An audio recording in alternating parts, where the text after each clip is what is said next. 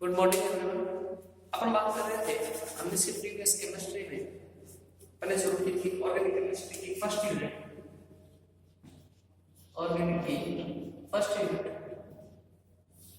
Reaction mechanism. उसमें अभी तक अपन ने बात कर ली कि रिएक्शन में तो जनरल टाइप सिंपली अपन बात करते हैं रिएक्शन में क्या क्या चीजें होती है, सबस्ट्रेट है, रिएजेंट है, प्रोडक्ट है। फिर अपन ने बात की थी रिएजेंट जो है वो दो तरीके के होते हैं, इलेक्ट्रोफिलिक नेचर के, न्यूक्लियोफिलिक नेचर के।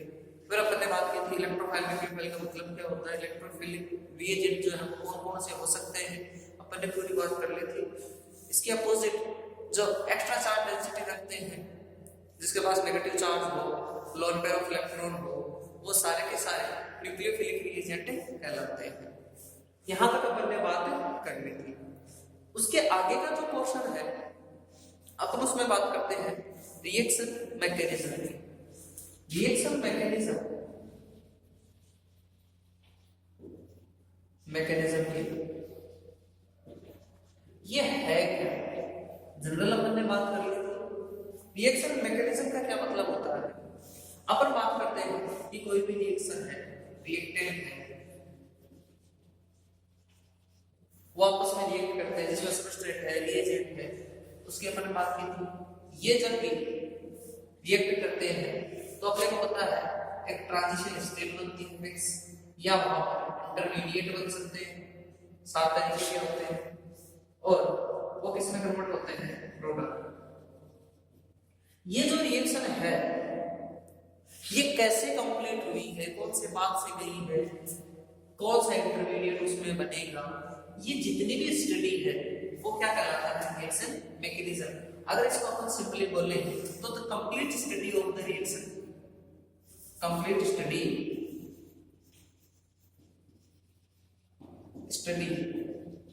Of the reaction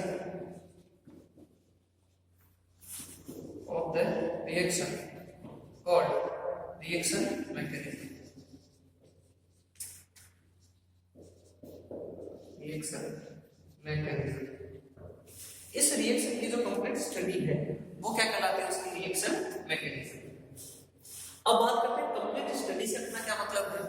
complete study से अपना मतलब है कि ये जो रिएक्टेंट है ये जब इसमें गया था तो ये बीच में जो भी हुआ है आप वो पूरी डिटेल दीजिए, वही उसकी क्या कहलाती है, मैकेनिज्म।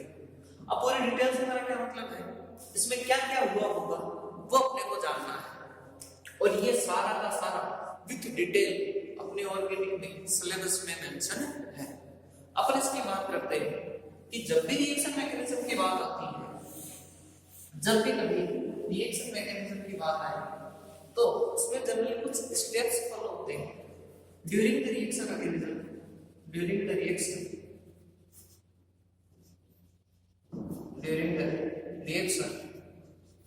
following steps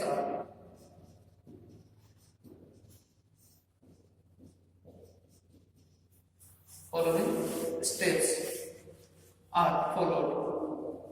कुछ स्टेप को अपने को फॉलो करना होता है, जिसमें सबसे पहले स्टेप अपना आता है।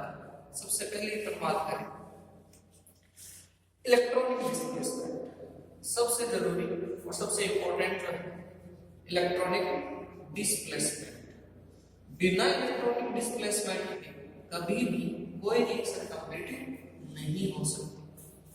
इलेक्ट्रॉनिक डिस्प्लेसमेंट है क्या चीज, तो आपने अभी तक जब भी पढ़ा है ऑर्गेनिक में किसी भी रिएक्शन के बारे में, तो आप पढ़ते हो कि जब भी कोई रिएक्शन कंप्लीट होती है सिंपली आप पढ़ते हैं कि पुराने बंध टूटते हैं और नए बंधों का निर्माण होता है। वो बंध टूटना, नया बंध बनना वो डायरेक्ट नहीं होता कभी। सबसे पहला काम यही होता है इलेक्ट्रॉनिक डिस्प्लेसमेंट। पहले ये डिसाइड होगा कि इलेक्ट्रॉन जब टूटेगा तो इलेक्ट्रॉन किसके पास जाएंगे, किसी एटम के पास जाएंगे, या तो जिसके बीच में रिएक्शन हो रही है दोनों बराबर मात्रा में टूटेंगे, क्या होगा, उसे बोलते हैं इलेक्ट्रॉनिक डिस्प्लेसमेंट। जब भी इलेक्ट्रॉनिक डिस्प्लेसमेंट कंप्लीट होगा उसके बाद दूसरा स्टेप आपका कंप्लीट होगा बॉन्ड क्लीवेज। ये इलेक्ट्रॉनिक डिस्प्लेसमेंट होने के बाद दूसरा स्टेप होगा आपका बॉन्ड क्लीवेज। तब डिसाइड होगा कि बॉन्ड कैसा टूटना है। बॉन्ड क्लीवेज दो तरीके का होता है अपना, होमोलाइटिक बॉन्ड क्लीवेज और हेटेरोलाइटिक बॉन्ड क्लीवेज।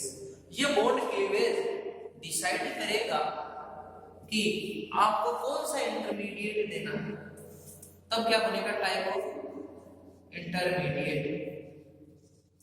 कौन सा इंटरमीडिएट आपको बनाना है, कार्बोकेटाइन बनाना है, कार्बेनाइन बनेगा कि फ्री रेडिकल बनेगा, कार्बिन बनेगा, बेंजाइन बनेगा, इनाइड बनेगा, इनामीन बनेगा, कौन सा इंटरमीडिएट उसमें बनेगा, ये डिसाइड करेगा बॉन्ड क्लीवेज। उसके बाद सबसे लास्ट में अपने को पता चलेगी कि वो रिएक्शन कौन सी थी वास्तव में, तब अपने को पता चलेगा टाइप ऑफ रिएक्शन।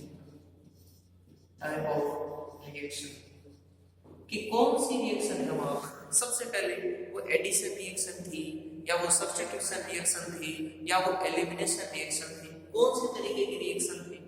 यदि वो सब्स्टिट्यूशन है, यदि वो एडिशन है, तो कौन सा है उसमें। अगर सब्स्टिट्यूशन है तो SN1 है, SF2 है कि SNI है कि NGP है, कौन सी है। अगर वो एडिशन है तो कौन सी इलेक्ट्रोफिलिक एडिशन है, न्यूक्लियोफिलिक एडिशन है, कौन से तरीके की एडिशन। अगर वो एलिमिनेशन है तो E1 है कि E2 है कि EI है कि E1 CB मैकेनिज्म है, कौन सी रिएक्शन वो है। ये पूरी स्टडी अपन रिएक्शन मैकेनिज्म में करते हैं, तब जाके अपने को पता चलता है कि कौन सी रिएक्शन है। और ये सारी की सारी चीजें अपने सिलेबस में विथ डिटेल मेंशन है। इलेक्ट्रॉनिक डिस्प्लेसमेंट पूरा है अपने सिलेबस में, बॉन्ड क्लीवेज पूरे, इंटरमीडिएट अपने टाइप ऑफ बॉन्ड क्लीवेज सब पता चलेगा, तब अपने को इंटरमीडिएट का पता चलेगा, तो पूरे इंटरमीडिएट अपने और पूरी तरीके की रिएक्शन अपने सिलेबस में। इन 4 पॉइंटों पर अपनी 2 से 3 यूनिट कवर होगी। और अपन बात करते हैं सबसे पहले इलेक्ट्रॉनिक डिस्प्लेसमेंट।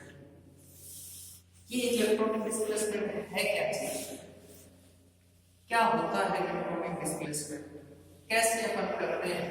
मैं अपन जनरल बात करें, सबसे पहले इलेक्ट्रॉनिक डिस्प्लेसमेंट।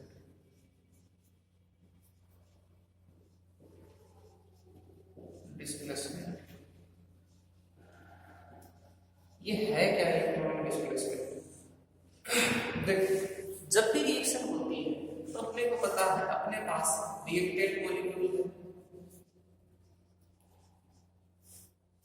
रिएक्टेंट मॉलिक्यूल में अपन जनरल बात करते हैं सबस्ट्रेट की, जो अपन पहले बात कर चुके हैं क्या होता है। अपन बात करते हैं रिएजेंट की, ये आपस में रिएक्ट करेंगे, तब जाके इसका फॉर्मेशन होगा प्रोडक्ट। ये जो रिएक्टेंट है सबस्ट्रेट और रिएजेंट, ये जब आपस में रिएक्ट करेंगे तब पुराने बंध टूटेंगे, उसके बाद नए बंध बनेंगे, उसके बाद क्या नए बंध से किसका फॉर्मेशन होगा, प्रोडक्ट। ये बंध जब टूटेंगे उससे पहले इलेक्ट्रॉनिक डिस्प्लेसमेंट होगा। जैसे अपन बात करें कि ये कोई सिंपल सा एग्जांपल है, ये कोई अपना रिएजेंट है, ये बंध ये आपस में जब रिएक्ट करेंगे तो ये वाला टूट जाएगा और किसी के साथ भी ये जुड़ जाएगा। A के साथ R जुड़ सकता है या B के साथ R जुड़ सकता है, तो एक नया बंध बन गया। पहले AB के बीच में था, अब या तो BR के बीच में है या AR के बीच में, तो ये नया बंध जो बना है वो इससे बना है। पहले ये डिसाइड होगा कि इस बंध के इलेक्ट्रॉन या तो इसके पास जाएंगे या इस बंध के इलेक्ट्रॉन इसके पास जाएंगे या दोनों के पास बराबर बराबर जाएंगे। ये अपने को डिसाइड करना होता है, इसे बोलते हैं इलेक्ट्रॉनिक डिस्प्लेसमेंट। बस ये डिसाइड करेगा ये आने वाला ये है कि ये इलेक्ट्रॉन जाएंगे किसके पास, इससे डिसाइड होगा ये चुनेगा मुझे किसके साथ जुड़ना है। ये कब डिसाइड करेगा कि ये कैसी नेचर का है। अपन ने इलेक्ट्रोफिलिक रिएजेंट पूरे पढ़े हैं, उस इलेक्ट्रोफिलिक रिएजेंट में अपन ने कौन-कौन से पढ़े हैं। सिंपली यदि मैं बोलूं तो इलेक्ट्रोफिलिक रिएजेंट वो होते हैं जो इलेक्ट्रॉनिकली डेफिशिएंट हो, जिसको इलेक्ट्रॉन चाहिए। अगर ये रिएजेंट इलेक्ट्रोफिलिक नेचर का है तो वो उसी से जुड़ना पसंद करेगा जिसके पास इलेक्ट्रॉन डेंसिटी हाई है। अब हाई इलेक्ट्रॉन डेंसिटी है तो जब ये बॉन्ड टूटेगा तो एक एटम जो इलेक्ट्रॉन लेके जाएगा इस बंध के अकेला, उससे ये जुड़ेगा। तो इसका एनवायरनमेंट डिसाइड कर रहा है कि कौन सा बंध किस इलेक्ट्रॉन किस तरफ जा रहा है। ये आगे बढ़ेंगे तो इस तरीके से होगा इलेक्ट्रॉनिक डिस्प्लेसमेंट। और ये जो इलेक्ट्रॉनिक डिस्प्लेसमेंट है वो दो तरीके का होता है। एक तो होता है परमानेंट टेम्परेरी इलेक्ट्रॉनिक डिस्प्लेसमेंट, एक तो होता है टेम्परेरी इलेक्ट्रॉनिक डिस्प्लेसमेंट, और एक होता है परमानेंट इलेक्ट्रॉनिक डिस्प्लेसमेंट। अब ये क्या मतलब है? परमानेंट इलेक्ट्रॉनिक डिस्प्लेसमेंट, एक तो होता है टेम्परेरी और एक होता है परमानेंट। इसका मतलब क्या? टेम्परेरी का मतलब टेम्परेरी कि कभी हो जाता है कभी नहीं होता, एक बार हो गया तो कोई जरूरी नहीं उसमें मुंह पड़ा रहे, वापस अपनी स्थिति में आ जाता है। कहने का मतलब क्या है कि अपन यदि बात करें कि कोई रिएक्टेंट अपने पास ये इस प्रकार से, जिसके पास डबल बॉन्ड है या ट्रिपल बॉन्ड है या अनसैचुरेशन है, यदि वो किसी रिएजेंट की उपस्थिति में रिएक्ट करता है रिएजेंट से, तो उस बॉन्ड के इलेक्ट्रॉन दो तरीके से खिसक सकते हैं, दो तरीके से उसका डिस्प्लेसमेंट हो सकता है। या तो इस बॉन्ड के इलेक्ट्रॉन बी के पास चले जाए या इस बॉन्ड के इलेक्ट्रॉन ए के पास चले जाए। और क्या हो सकता है? ए माइनस बी प्लस ये बन सकता है, या क्या बन सकता है? और बी माइनस और ए प्लस ये बन सकता है। किसकी उपस्थिति में? रिएजेंट की उपस्थिति में। और जैसे ही इस रिएजेंट को रिमूव किया, हटाया यहां से, रिमूव रिएजेंट, जैसे इस रिएजेंट को हटाएंगे ये वापस अपनी ओरिजिनल स्थिति में आ जाते हैं। तो अपन ने देखा इलेक्ट्रॉनिक डिस्प्लेसमेंट हुआ तो है, फिर वापस उस स्थिति में आने की पॉसिबिलिटी रखता है अगर रिएजेंट को हटा दें। तो इसका मतलब ये इलेक्ट्रॉनिक डिस्प्लेसमेंट टेम्परेरी तरीके का हुआ है, परमानेंट नहीं हुआ। एक बार हो गया उसके बाद इस इलेक्ट्रॉन के जिस एटम के पास चले गए उसके पास ही रहेंगे, ऐसा कुछ नहीं होता। और सॉरी कंप्लीट होता है माइनस और प्लस, इस प्रकार से इलेक्ट्रॉनिक डिस्प्लेसमेंट होता है। तो मैं ये बोल सकता हूँ कहते हैं डिस्प्लेसमेंट ऑफ इलेक्ट्रॉन होता है presence of displacement of electrons in the presence of reagent। केवल किसकी प्रेजेंस में होता है? रिएजेंट की प्रेजेंस में। और अपन बात हैं परमानेंट डिस्प्लेसमेंट पर। अब ये परमानेंट डिस्प्लेसमेंट क्या है? अपन ने यहां देखा कि ये जो रिएक्टेंट है उसके इलेक्ट्रॉन डिस्प्लेस हुए, रिएजेंट की उपस्थिति में हुए, ये कंडीशन आई, फिर से रिएजेंट को यदि हटा दें तो ये कंडीशन वापस से मिली, ये टेम्परेरी था। बट अब क्या होगा कि ये रिएक्टेंट एक बार इलेक्ट्रॉनों का डिस्प्लेसमेंट हो गया तो फिर चाहे आप कुछ भी करो ये वापस अपने ओरिजिनल स्थिति में नहीं आएगा, फिर ये ऐसा ही रहेगा, वापस अपनी स्थिति में नहीं आता। तो यहां पर अपन बोल सकते हैं कि ये जो इलेक्ट्रॉनिक डिस्प्लेसमेंट है ये एक बार होने के बाद वो वापस रिएक्टेंट अपने ओरिजिनल स्थिति में नहीं आता, पहली बात। दूसरी, यहाँ रिएजेंट काम में लेंगे कि नहीं लेंगे? तो यहाँ पर रिएजेंट काम में ले भी सकते हैं और कोई जरूरी ये नहीं है कि रिएजेंट यहाँ काम में आए। तो ये होता है, ये अपन पढ़ते हैं टेम्परेरी इलेक्ट्रॉनिक डिस्प्लेसमेंट, अपन पढ़ते हैं इलेक्ट्रोमेरिक इफेक्ट के नाम से। इसमें पढ़ेंगे अपन इलेक्ट्रोमेरिक इफेक्ट, ये अपन पढ़ते हैं इलेक्ट्रोमेरिक इफेक्ट के नाम से, पूरा डिटेल से। दूसरा पढ़ते हैं अपन परमानेंट इलेक्ट्रॉनिक डिस्प्लेसमेंट, ये पढ़ते हैं अपन इंडक्टिव इफेक्ट। आप सब बीएससी फर्स्ट ईयर में पढ़ के भी आए हो inductive effect, hyper conjugation,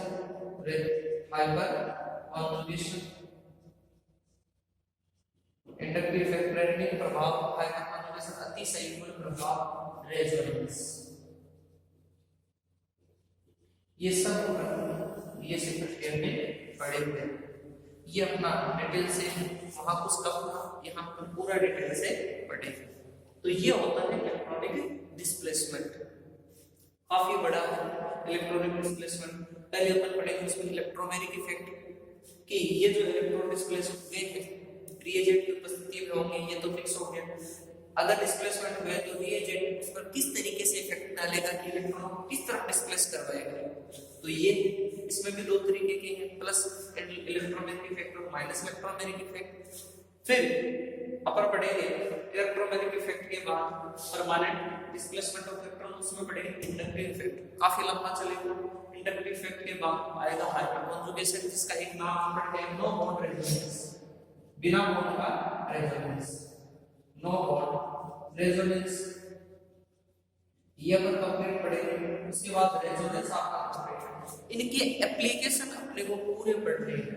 inductive effect intermediate पर क्या इफेक्ट डालेगा, किस इंटरमीडिएट की स्टेबिलिटी को बढ़ाएगा, किसकी को घटाएगा, वो पढ़ेंगे। फिर बात करेंगे इंडक्टिव इफेक्ट जो है कि जितने भी अपने फंक्शनल ग्रुप है किसकी रिएक्टिविटी को बढ़ाएगा, किसकी रिएक्टिविटी को घटाएगा, कौन सा फंक्शनल ग्रुप है किस समय कौन सा बॉन्ड उसमें टूटेगा। जैसे एल्कोहल की बात करें जनरल, तो एल्कोहल में आप पढ़ गए हो basic first year, second year, third year सब में, कई बार तो ये बॉन्ड टूट जाता है, कई बार ये बॉन्ड टूट जाता है।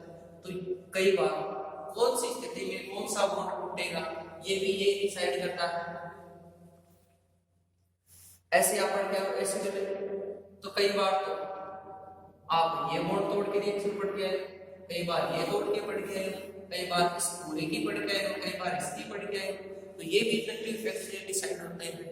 तो ये फंक्शनल ग्रुप के रिएक्टेंट। इसके अलावा हैलोजन की रिएक्शन है, उसमें भी इंडक्टिव इफेक्ट अपना इफेक्ट डालेगा।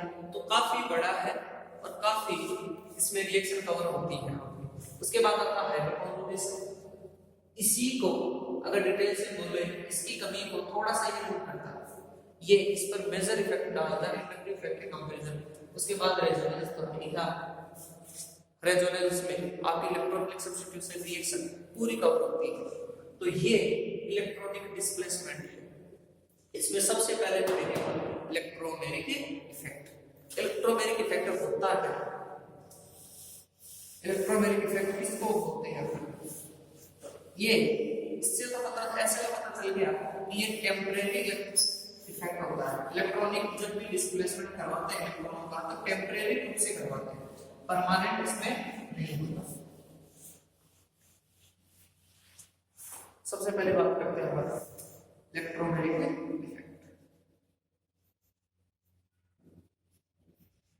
क्या होता है। Electromagnetic effect